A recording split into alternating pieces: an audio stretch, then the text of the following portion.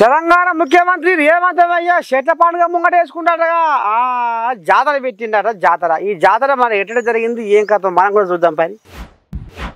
ఇక మొత్తానికైతే తెలంగాణ సీఎం రేవంత్ రెడ్డి ఆనకాలంలో ఆగాలపు వానలు ఇటు మళ్ళీ ఎట్లా కొడతాయో అగో గదే తారీఖన ఇక ఉమ్మడి వరంగల్ జిల్లాలో అడుగుపెట్టి ఓ అమ్మ ఇటు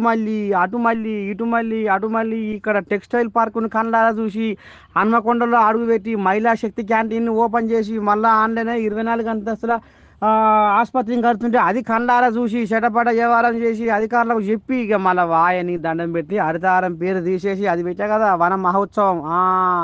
ఇక చెట్లను నాటాలే మరి పచ్చని చెట్లు ప్రగతికి మెట్లు కాపాడే మన కన్నా అడవి తల్లి మీద కన్నీరే పెడుతుంటే కనికరమే లేదా ఓ మనిషి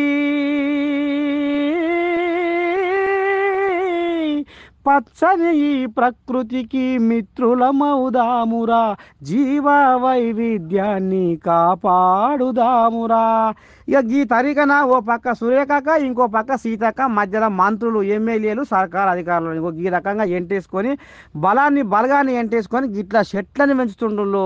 మరి ఇప్పటికైనా తెలంగాణ సమాజం కూడా సీఎం రేవంత్ రెడ్డి అడుగుజాడల్లో నడిచి ఇంకో ఈ రకంగా చెట్లు పెంచాలి. తెలంగాణని హరితహారం అర్థం కాదు వన మహోత్సవం.